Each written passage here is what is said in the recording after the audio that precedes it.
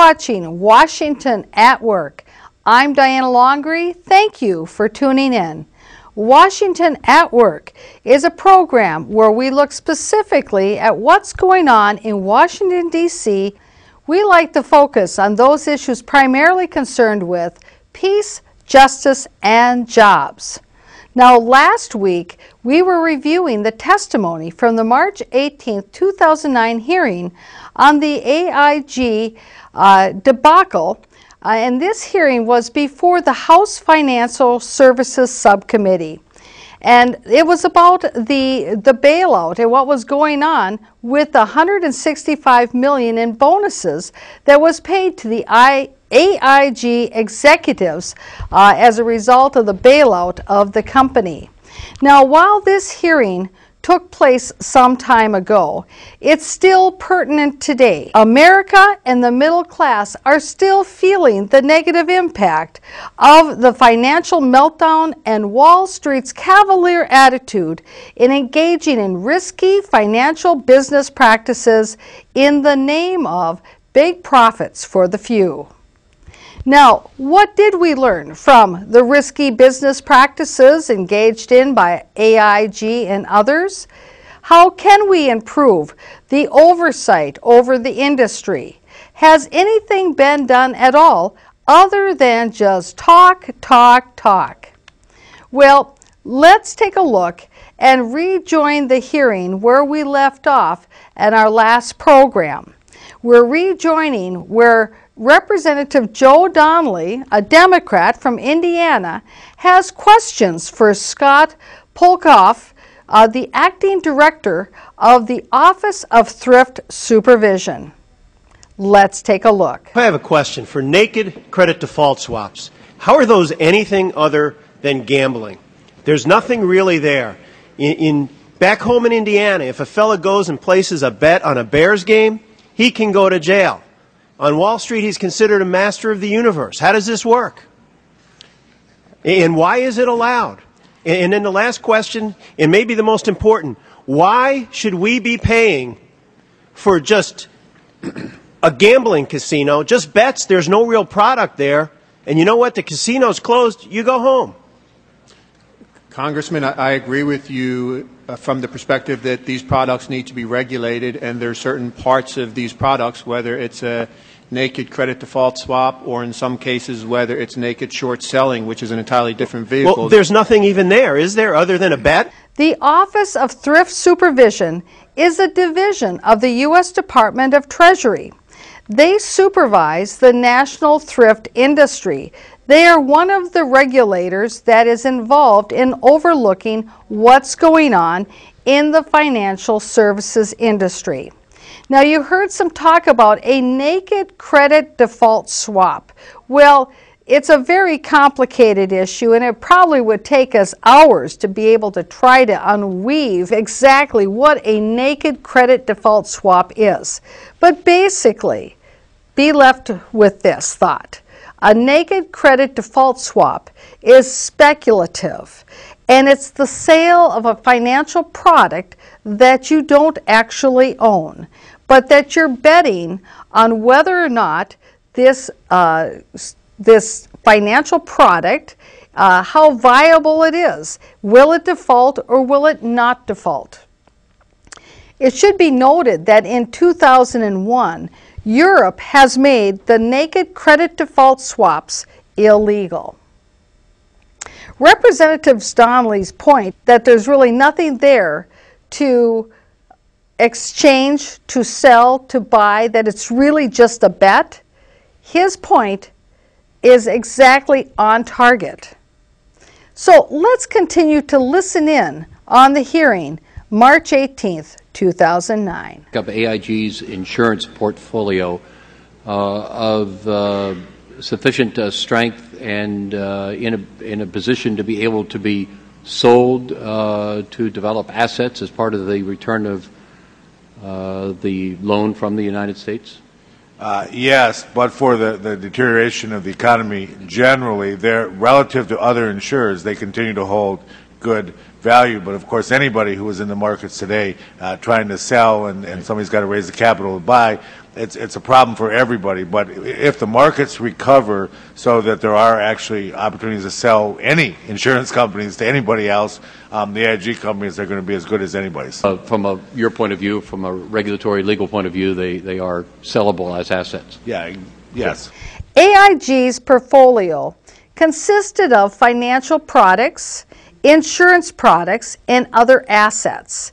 And what they did in order to make sure that they had a good rating is that they basically were having all of the financial products and insurance products all calculated together in looking at the overall rating for their company. Now, in that last clip, did you notice behind the testifier that the Code Pink ladies, who we talked about in the last program, that they were sitting behind him and they had their little sign there, certainly indicating to the audience who were watching C-SPAN what they felt about AIG. And somebody's got to raise the capital to buy. It's a problem for everybody. But if the markets recover so that there are actually opportunities to sell any insurance companies to anybody else, the AIG companies are going to be as good as.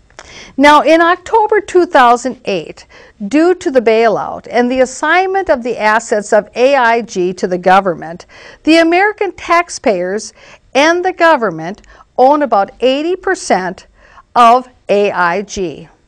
I guess this question could go to Ms. Williams and Mr. Polikoff, but I am concerned about the management of AIG since the federal government has been involved. I think it was in October of 2008 under the previous administration when the stock was assigned to the federal government as part of, I think, the first initial bailout, close to 80% of the stock of AIG. We've had a series of problems and transgressions since then. This representative alludes to the fact that there were management problems with AIG even after the bailout, specifically the large retention bonuses and the high turnover, as we discussed in last week's episode. Now, during the hearing, Representative David Scott, a Democrat from Georgia, has questions for Scott Polikoff, the acting director of the Office of Thrift Supervision. Let's take a quick look. I was not aware of those contracts, sir. Not aware of the contracts. The contracts began, as we are aware now, was noted March 15th of last year. Are you aware that it was during March 15th that that particular unit, the financial products division, was losing buckets of money by the train loads? That culminated in $40.5 billion of losses at the very time that they were preparing these contracts. Were you aware of that? I was aware of the financial condition of FP, yes, sir. Would not that raise a major concern that here is a division, a company that's rewarding a division with $450 million in contracts for a unit of 367 people at a time when that very unit was bleeding money to the company at the tune of $40.5 billion. It seems to me that somebody was saying, how can we even think of bonuses to be given to a division and rated at $450 million at the very time that division is losing buckets of money? And then 5 months later, here we come, they're asking, and out of the Federal Reserve Rescue Fund, we give them $85 billion. Seems to me that somebody was asleep at the switch. This is a profound issue that borders on fraud and criminality with the timeline.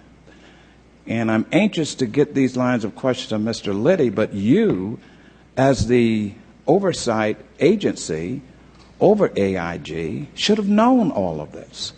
We didn't know. We were rushed into a panicking situation by Paulson to save this AIG, or the whole world economy is coming down. Congressman. Mr. Scott, I'm going to interpose here. That's fine. Allow the answer, but that's it. We have to move this along. We have several witnesses or several members waiting. Yes, respond. The timeline that you offered revealed that these contracts were initiated when this company was an operating, still well-rated company before any government funds, and we would have looked at the financial condition of the company as still a well-rated company with no taxpayer dollars in looking at those payments and the intent of those payments to keep employees at FP to unwind the transactions that originated in 2005 or earlier. It is so important for our representatives in Washington, D.C. to have the hard-hitting questions because they are there for us. In essence, they regulate the regulators. Now, Representative Scott is referring to the AIG contracts of March 15, 2008, which included lucrative compensation for those engaged in AIG's risky financial products. And as you heard, they were basically sapping the money out of AIG while at the same time having contracts for the individuals involved in this risky business, very lucrative contracts for them. I'm glad he came out and that he stated what certainly seems obvious to me. These practices, as he indicated, seem and appear to border on fraud and criminality. Now, recently, Representative Tammy Baldwin, a Democrat from Wisconsin, she introduced a resolution opposing the proposed Wall Street deal that would give big banks immunity from being charged with fraud or criminality. And it's so important that you see our House of Representatives, they have oversight over the regulators. And it's the regulators then that are charged with the oversight of their industry. When it all comes down to brass tacks, you need to have a checks and balance system. And that's part of the reason why we have regulators. But you see, there's little point in having regulators if the House of Representatives doesn't go about and do their job of overseeing the regulators, because you can overregulate, and if nobody is watching the other guy and what's going on, well, it is of little consequence. Neither the Congress or the regulators can continue to turn a blind eye to the business as usual that is going on here in so many industries in America. It's not simply enough to rely on a label that a company is a, quote, well-rated company, or that a well-rated bond. What we need is oversight and not be afraid to ask the tough questions, to challenge the credibility of the Wall Street rating czars that we so heavily hear say, well, they said this, they said that, they said the other thing. We need to challenge where do those statements come from and how are they arrived at. Next, let's listen to Representative Carolyn McCarthy. She's a Democrat from New York, and she has questions for Joel Ariel from the National Association of Insurance Commissioners. I'd like to ask you a question. How are the insurance businesses of AIG segregated from the AIG financial products? Within insurance regulation, there's the strong principle that the assets that are there for the benefit of policyholders are walled off from all other creditors of the company, including the holding company upstream. We believe that the assets of the insurance companies are there for the policyholders and that they are protected against all other creditors, including the holding company upstream. So, in other words, the risk of default in the life insurance business of AIG is separate from the cross-linked risk of being associated with and dragged down by AIG financial products. Is that correct? It's a slightly different question. If there's problems at the holding company level, particularly in terms of the rating of the companies, that can create rating issues for the downstream insurance companies, and that's a particularly important issue in the property and casualty side. We're going below the A- level that we're at now into the Bs would have very negative impacts on the insurance company. So there is that linkage. But the linkage is only with the rating companies. In other words, they're walled off, they're separate. We hear how the insurance products of AIG are standalone products, but that basically they were used to prop up the risky financial business that AIG was involved in. If AIG did not prop up the risky financial investment business that they were engaged in, more than likely they wouldn't have engaged, and this is my opinion, they wouldn't have engaged in those risky practices. There is that linkage. But the linkage is only with the rating companies. In other words, they're walled off, they're separate. So what would happen if AIG Financial Products was allowed to fail? Would that have an impact on the insurance properties and the insurance assets of AIG? Not directly on the assets. It's more a question for how the rating agencies would look at that issue for the insurance companies. The rating agencies do not have a lot of credibility at this point. So I'd rather ask the insurance commissioner. It's my question.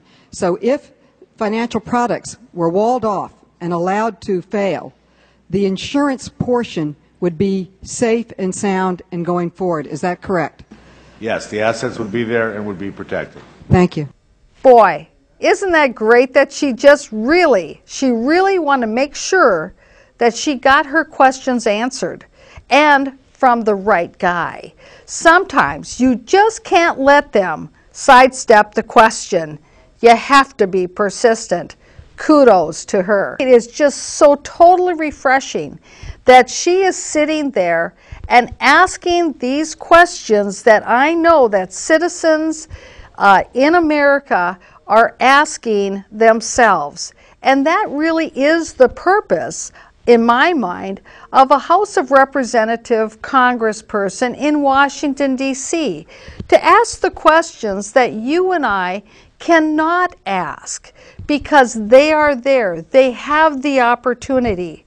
So many times there are representatives who are in Congress who just sit by and just coast on other people's coattails. That if you watch CNN and C-SPAN, you never see them in front of the camera. You never hear them advocating for the citizens of America and the justice that we should have for the citizens.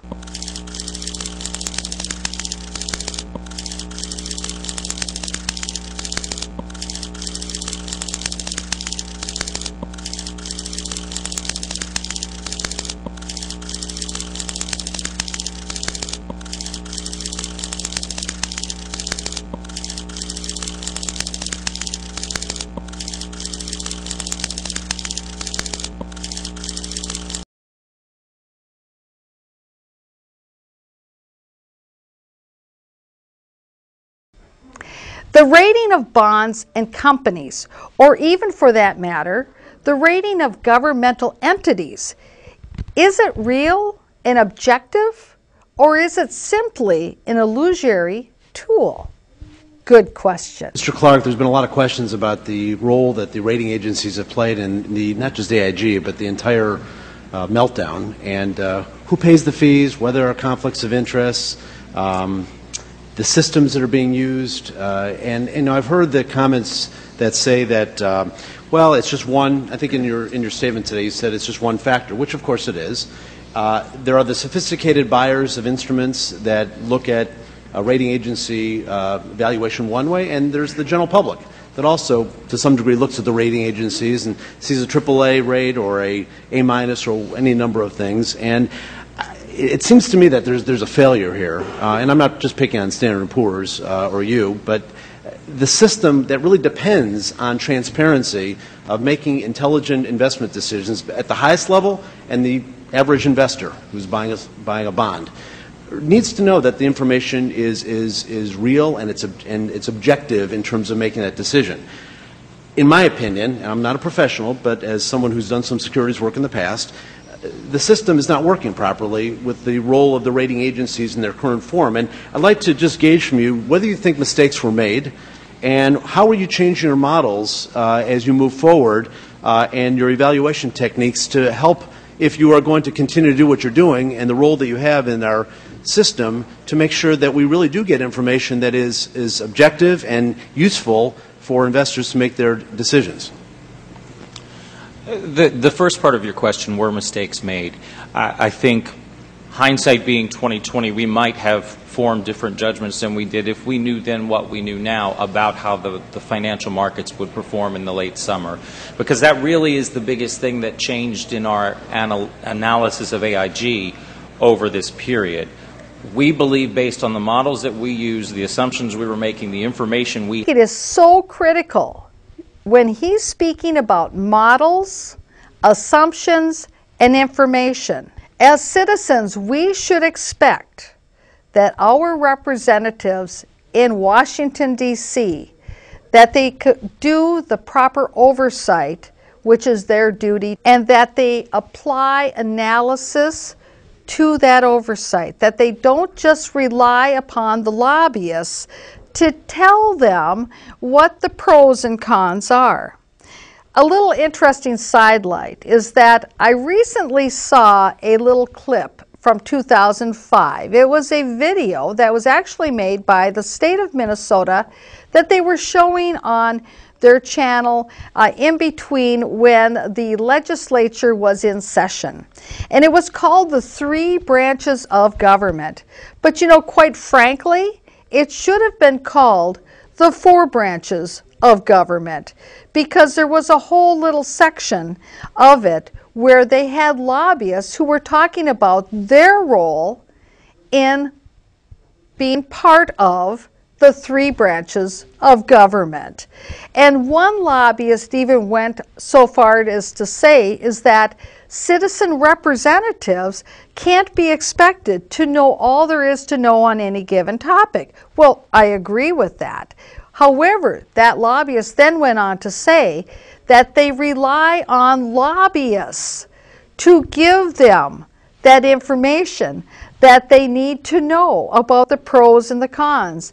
And I thought, you know, that's not right. We know that that's been a problem, but here is a video that was actually created and made by the state of Minnesota, actually acknowledging the role that lobbyists have. And I think that that lobbyist role has gone too far, and that the reliance on lobbyists to control the decisions that are being made, whether or not it's state or federal or maybe even other levels of government, that it's really the citizens have to demand that their representatives not rely on lobbyists, or alternatively, the citizens have to say it's time to break the paradigm. Perhaps we need to have term limits for our representatives on Capitol Hill. If you have term limits, perhaps then you will change the paradigm of the past few years. I want to thank you for tuning in to this week's episode of Washington at Work, where we like to focus on peace, justice, and jobs. Please tune in again next week. Thank you very much. Bye-bye.